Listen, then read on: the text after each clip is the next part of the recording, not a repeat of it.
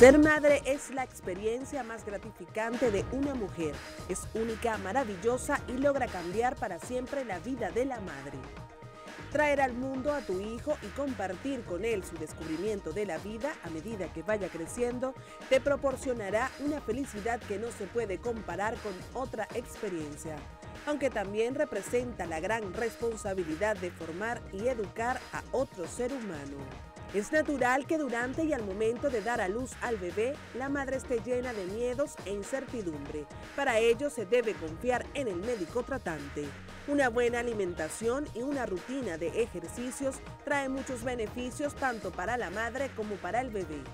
En la actualidad el papel de una mujer tiene sus esfuerzos, debido a que en algunos casos es el sustento del hogar y además no debe descuidar el rol de madre.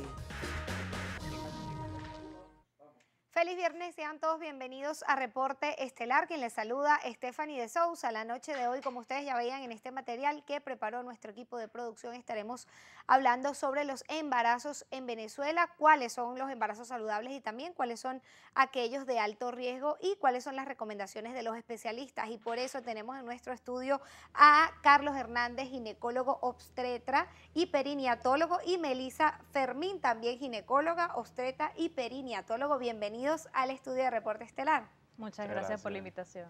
Quisiéramos comenzar, ha crecido mucho la tasa de embarazos en Venezuela, no solo por la deficiencia de anticonceptivos, sino también porque muchas mujeres pues deciden emprender este camino para agrandar la familia. En este momento, ¿cómo determinarían ustedes cuándo es un embarazo saludable? Ok, un embarazo saludable es aquel en el cual no existen factores de riesgo que puedan condicionar tanto a la madre como al feto o inclusive a ambos alguna complicación durante la evolución de su embarazo, su parto o inclusive durante el puerperio. Y allí catalogamos el embarazo como un embarazo de alto riesgo. Incluso la alimentación tiene mucho que ver en esto, doctor. Mucho que ver, tiene los antecedentes familiares de la paciente, los antecedentes personales de ella misma o condiciones que tenga en el momento del embarazo.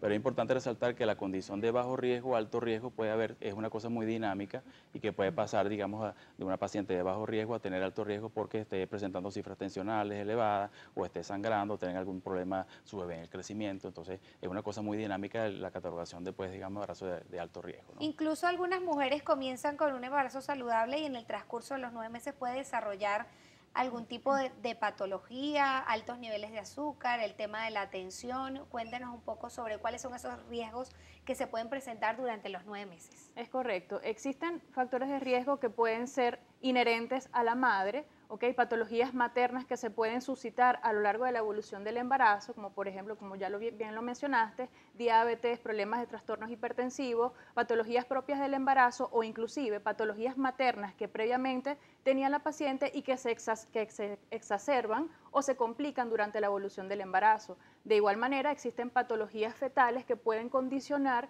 complicaciones, por ejemplo, la presencia de embarazos múltiples, embarazos gemelares, patologías inherentes al feto, malformaciones fetales. Todo eso condiciona factores de riesgo que pueden exacerbar o pueden desencadenar un embarazo de alto riesgo. Ahora bien, aquellas personas que sufren de la tiroides o tienen alguna malformación en ellas, ¿pueden tener complicaciones con el embarazo? Sí, lo importante es hacer, digamos, lo ideal sería que una paciente hiciera una consulta preconcepcional. En una consulta preconcepcional es antes de que esté embarazada. En esa consulta pues uno hace la historia médica, analiza los antecedentes familiares, los antecedentes personales, cualquier condición de tiroides o lo que sea, y poner un tratamiento para evitar las complicaciones que uno puede ver. Pacientes que tengan un fibroma, pacientes que tengan quistes, pacientes que tengan problemas metabólicos, en fin, una larga lista, pues, digamos, de posibles complicaciones, y la idea es minimizar su efecto sobre el embarazo antes de que este comience. ¿Cuánto tiempo antes recomienda usted que debe una paciente que desee planificar su embarazo o tener sus hijos acudir a esta consulta previa? Unos 3 meses antes de decidir el embarazo, un tiempo correcto. Uno puede analizar, pues, digamos, exámenes de laboratorio, digamos, indicar algún tipo de vitaminas, algunas cosas que tienen un efecto preventivo, por ejemplo, de la espina bífida, el ácido fólico muy conocido. en fin, una serie de cosas y explicarle más o menos inclusive algunas nociones sobre la ovulación, el día que está en esta etapa fértil y darle la tranquilidad de que sabe que puede esperar hasta un año completo para salir embarazada, porque hay pacientes que tienen tendencia pues a estresarse un poco, a ponerse un poco con angustia y eso, y no es necesario porque después del año es que uno empieza a estudiar una pareja si no puede salir embarazada.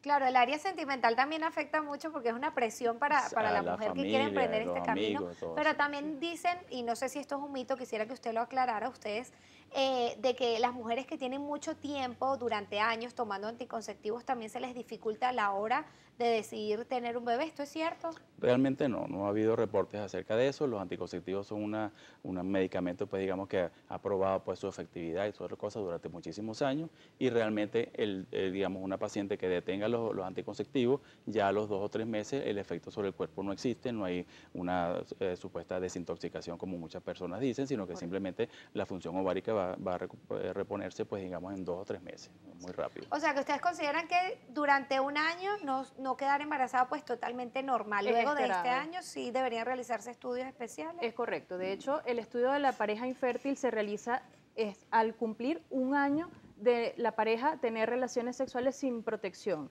Entonces se considera que hay que esperar ese año de transición en que el organismo tanto de la mujer como del hombre se adapten y logren concebir de forma natural. Ya después de que se pasa ese periodo de 12 meses, sí ya entraría en un protocolo de estudio de la pareja infértil. Una vez que queda la mujer embarazada, ¿cuáles son las recomendaciones a seguir? Pues hemos visto que en el país hay deficiencias en cuanto a las medicinas y vitaminas recomendadas para las mujeres embarazadas. ¿Qué otras alternativas le hacen llegar o le recomiendan ustedes a esas mujeres que están ya en gestación en este momento? Siempre es importante hacer hincapié en la alimentación sobre todo en este momento donde hay tantas carencias nutricionales, no solamente indicar ciertas vitaminas, el ácido fólico, el hierro, sino también hacer hincapié en una alimentación balanceada, explicarle cuáles son las fuentes de carbohidratos, de lípidos y de proteínas, y por supuesto es importante también hacerle hincapié a la paciente de que deben omitir aquellos factores de riesgo que pueden ser modificables, el estilo de vida, el estrés, el tabaco, las drogas, el alcohol. Todos esos factores deben modificarse para de alguna manera disminuir los posibles riesgos que se pueden presentar a lo largo del embarazo.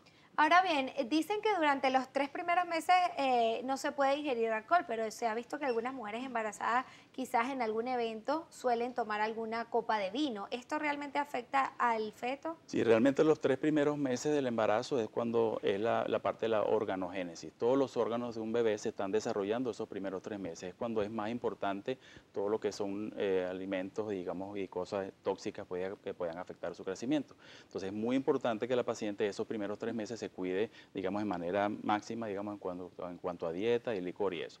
Yo siempre digo a las pacientes que después de los 3 meses una ración por ocasión, pues no es ningún exceso, pues digamos, no se ha demostrado, pues digamos eso. El alcoholismo sí tiene sus efectos pues dañinos y eso, ¿no? Claro. Pero los primeros 3 meses siempre debe tratar de evitar todo lo que sea tóxico, enfermedades, evitar gripes, evitar, o sea, cuidarse mucho de esos 3 primeros meses. Y hay mujeres que suelen comer mucho porque hay un refrán que dice, bueno, tienes que comer por dos. Y los doctores han dicho que esto es una creencia falsa. Completamente. ¿Cuánto debería aumentar una mujer mensualmente de forma natural?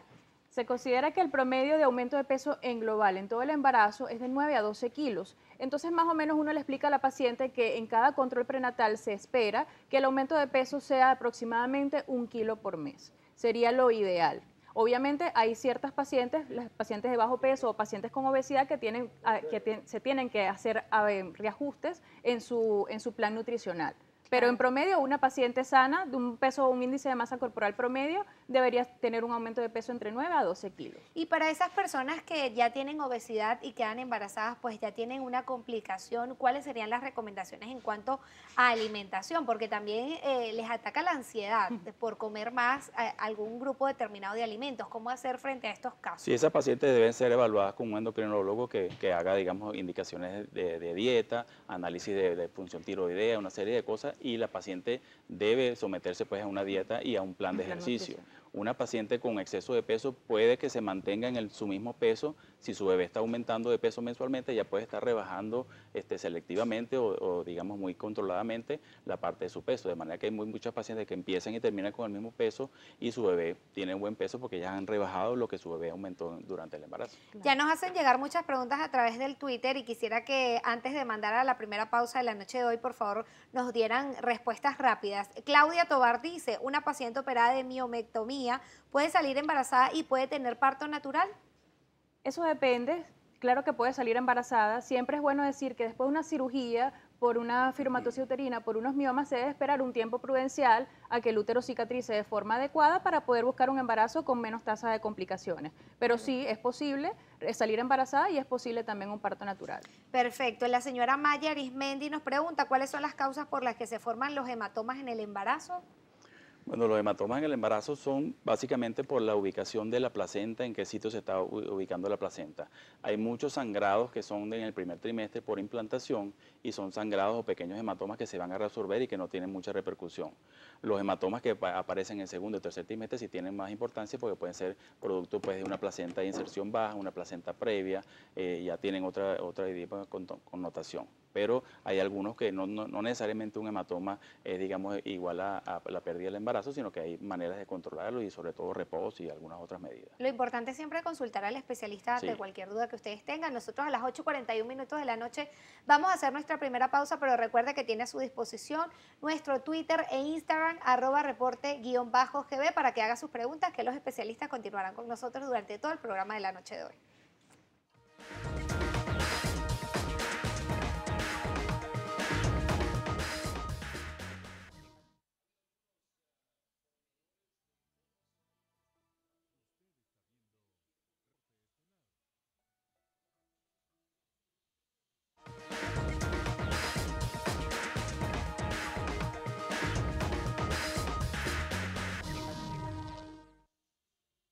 Seguimos acá en Reporte Estelar conversando con los especialistas Carlos Hernández y Melissa Fermín, que nos acompañan la noche de hoy para conversar sobre los embarazos saludables, pero también los embarazos de alto riesgo. Para conversar también todas las dudas que ustedes tengan, tienen a su disposición nuestra cuenta en Twitter, @reporte_gb, la etiqueta del día de hoy, Reporte Embarazo. Y vamos a iniciar este segmento de nuestro programa con algunas preguntas que nos hacen llegar ya nuestros televidentes, y nos dice la señora Claudia Tobar, si tu bebé está en posición transversa, ¿puede tenerlo por parto natural?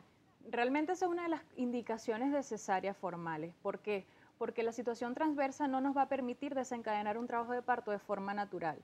Cuando la paciente está o cuando el feto se encuentra en esa situación transversa, se puede esperar a que al final del embarazo él busque la manera de acomodarse, pero si no lo logra, la indicación es cesárea de una vez.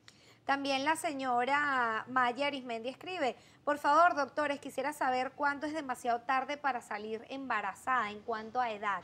Sí, realmente después de los 35 años se considera algo de riesgo porque hay algunos problemas cromosómicos que se manifiestan más a partir de esa edad. Después de los 40 años ya baja más la fertilidad y aumenta la tasa de aborto. Son dos eventos que, digamos, que hay que reconocer. Los 35 años por un poquito de riesgo para los problemas cromosómicos y después de los 40 porque va a tener más problemas de fertilidad. Pero hay pacientes que salen embarazadas de 44 años, 45 años o hasta más. Y son saludables. Y son saludables. De hecho, en el mundo se ha desarrollado mucho los estudios de fertilidad y eso porque muchas pacientes dejan para después de los 40, después de que han progresado en su profesión y tal, que sé yo, llegaron a niveles, pues, digamos, interesantes de su desarrollo profesional y después de que empiezan a pensar en los niños y entonces tienen incidencia, pues, digamos, de baja ovulación, en fin, una cantidad de También de si la paciente es muy joven, embarazos adolescentes, también esto suele ser de alto riesgo. Hemos visto muchas niñas de 12, 13 años embarazadas ya. Sí.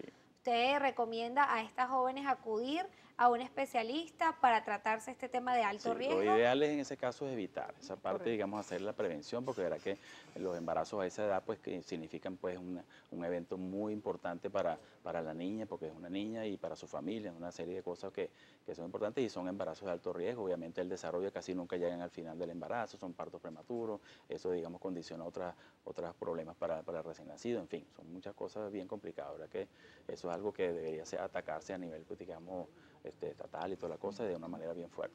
Nuestro compañero Carlos Peñalosa hizo un trabajo especial sobre el parto natural y nos va a presentar a continuación de qué se trata, Carlos. Así es, gracias por este contacto. La Clínica Santa Paula impulsa el trabajo de parto natural a través de su área materno-infantil con una sala de trabajo de parto, parto y recuperación, además de una unidad neonatal que impulsa la humanización de este proceso. Es la máxima combinación de lo mejor de los dos mundos. Es decir, todos los aspectos tecnológicos de alta generación, de nueva generación, combinados con toda la parte humana que debe rodear un parto.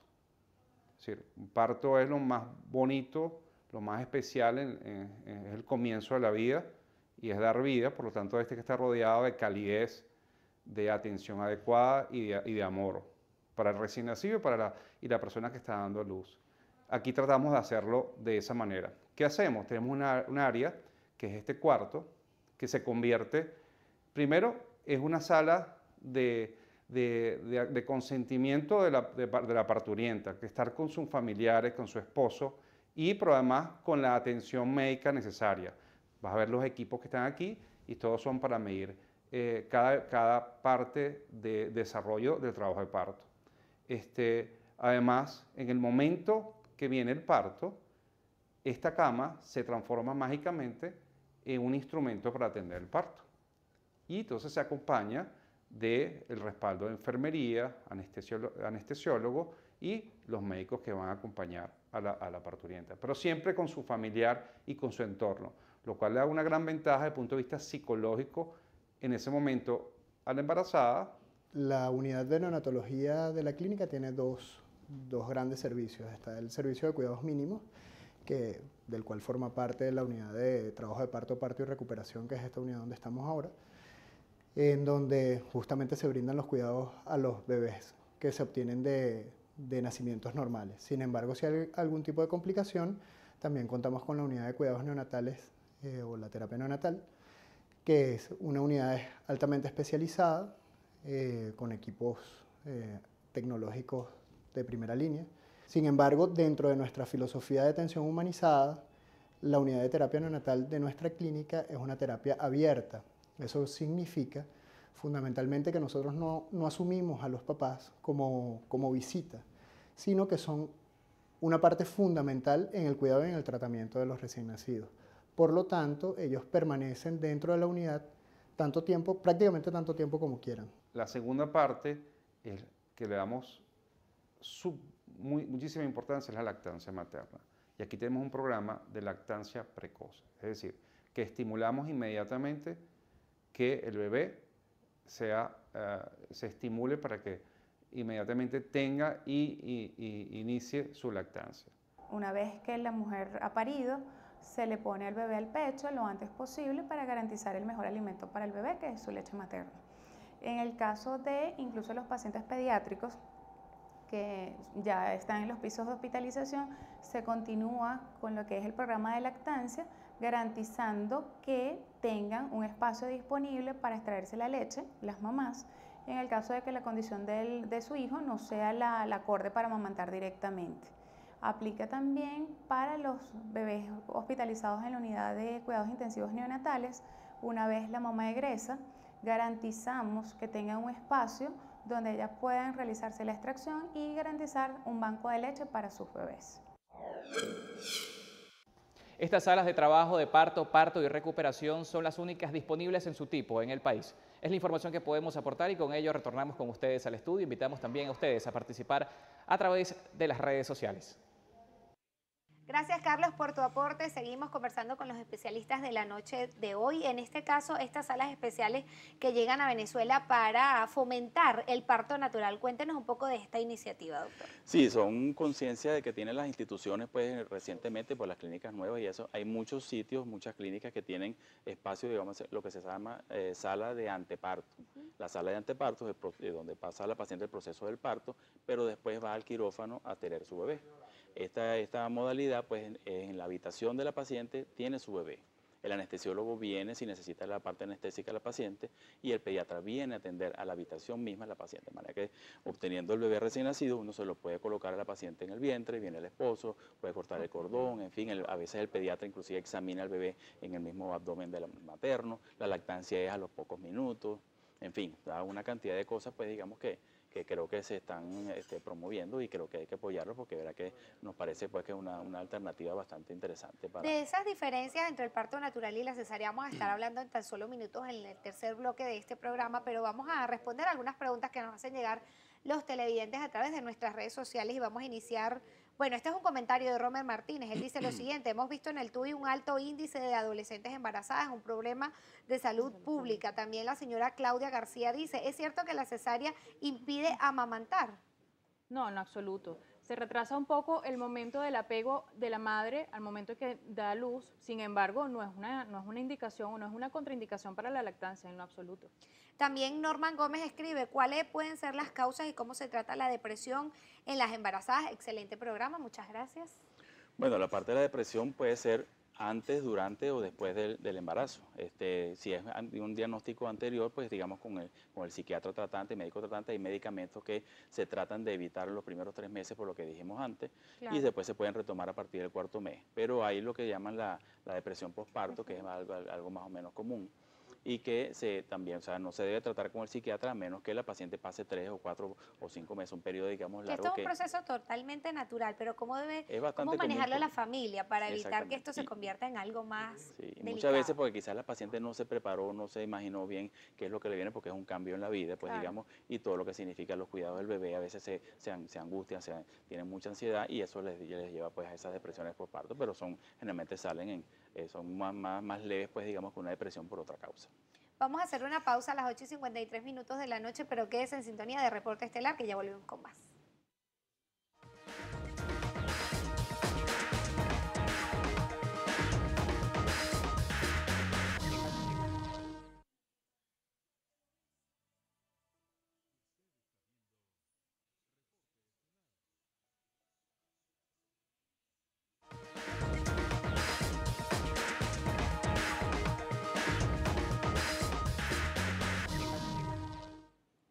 Gracias por continuar en sintonía de Reporte Estelar y debido a la gran cantidad de mensajes que ustedes nos hacen llegar a través de nuestras redes sociales, vamos a iniciar este bloque contestando sus preguntas y vamos a iniciar con el señor Álvaro Bracho. Él dice, ¿es necesario la amniosíntesis desde los 40 años? Realmente antes se consideraba una indicación formal de amniocentesis la edad materna. Sin embargo, ya en la actualidad esto ha quedado un poco en discusión, ya que existen procedimientos no invasivos que nos permiten detectar factores de riesgo que pudieran condicionar a una futura amniocentesis. Pero en la actualidad no es una indicación absoluta de amniocentesis. La señora Cecilia Martínez también dice, después de una pérdida natural, ¿en qué tiempo me recomienda poder quedar embarazada nuevamente? Si es una pérdida natural, en líneas generales, pues si tuvo un procedimiento que es un curetaje para la limpieza del útero, se espera más o menos un mes. Después de la próxima menstruación, todo regresa a lo normal, las hormonas están normales otra vez y inclusive hay muchos pacientes pues, que quieren desear embarazo inmediatamente y lo pueden lograr inmediatamente. También Ismari de Pire escribe, ¿una paciente que padeció preeclampsia grave puede tener un embarazo normal o suele repetir? Hay factores, sí es un factor de riesgo la recurrencia, sin embargo, ahí es donde aplica la consulta preconcepcional. Claro. Ver cuáles son todos los factores de riesgo de esta paciente que pudieran haber condicionado un trastorno hipertensivo, hacer prevención primaria, colocar su aspirina, hacer la evaluación del Doppler y llevar un adecuado control de ese embarazo. No todos los embarazos con preeclampsia pueden recurrir. También a través de nuestra cuenta en Instagram, @reporte_GB, nos dice la señora Saraí Urbano, ¿una mujer operada de bypass gástrico es posible llegar a la completación de un embarazo normal? Sí, realmente el bypass gástrico es una cirugía, pues digamos, ya tiene años, digamos, que apareció y realmente las pacientes lo toleran muy bien. Son pacientes que cuando van a buscar el embarazo deben tener el alta, pues por su grupo, digamos, quirúrgico que le hizo la operación y una vez que eso se puede lograr embarazos completamente normales sin ningún problema. Ahora bien, quisiera hablar un poco de las diferencias que existen entre los beneficios de hacerse una cesárea y los beneficios de tener parto natural. Muchas mujeres pues tienen miedo o tienen tabú de llevar 20 horas de trabajo de parto y por eso deciden inmediatamente hacerse una cesárea. ¿Cuál es la recomendación intervención que hacen ustedes. Sí, realmente un trabajo de parto no tiene que ser necesariamente de 20 horas, o sea, realmente tiene que haber una comunicación entre la paciente, el esposo y el médico para ver cuánto tiempo, cómo va la evolución del parto, si va dilatando o no va dilatando, si la paciente se agotó o no se agotó, en fin, se puede tomar la decisión en cualquier momento, digamos, de la evolución del parto, o sea, que no es una imposición y deben pensar que son 20 horas o son 30 horas y eso, porque eso hoy en día no se ve mucho, pues. Y los beneficios de realizarse una cesárea para aquellas pacientes pues que deseen hacerlo de esta manera. Bueno, realmente la cesárea, ni el parto ni la cesárea son panaceas. Cada paciente se debe individualizar el caso de cada paciente. Claro. Hay pacientes que son candidatas de entrada para una cesárea y pacientes que son de entrada pues, o que pueden cumplir un trabajo de parto normal. Sin embargo, pues la cesárea, aun cuando es una intervención quirúrgica que tiene sus riesgos, como toda intervención quirúrgica, es importante que la paciente sepa que la cesárea nos permite planificar de alguna manera la resolución de su embarazo, lo cual para las pacientes resulta bastante importante. Muchas pacientes desean planificar el momento de la venida de su hijo al mundo. Eso nos, pues, en parte nos ayuda aparte de planificar, es un procedimiento en el cual la paciente no experimenta tanto dolor, aun cuando en el postoperatorio suele ser un poquito más tórpido en comparación con el parto, pero cada intervención, tanto el parto como la cesárea, tiene sus riesgos y sus beneficios. Lo más importante es consultar al especialista, consultar a su ginecólogo, a su obstetra, porque cada paciente, como ustedes ya lo señalan, es particular, tiene una situación distinta y necesariamente ustedes le van a recomendar con lo cual el paciente se sienta más cómodo. Sus redes sociales, porque ya nos toca despedir el programa de la noche de hoy, para que los usuarios que nos siguen viendo y nos siguen llegando preguntas a través del Twitter se las puedan hacer ustedes directamente. Mi red social en Instagram es @tuperinatologo. Señor Y la Carlos. mía, el Facebook, pacientes del doctor Carlos Hernández Castillo, en Facebook nada más. Muchísimas gracias por habernos acompañado la noche de hoy. Carlos Hernández y Melissa Fermín, ambos son ginecólogos, obstetras y periniatólogos. Gracias a ustedes también por todos los mensajes que nos hicieron llegar a través de las redes sociales y que pasen un feliz fin de semana.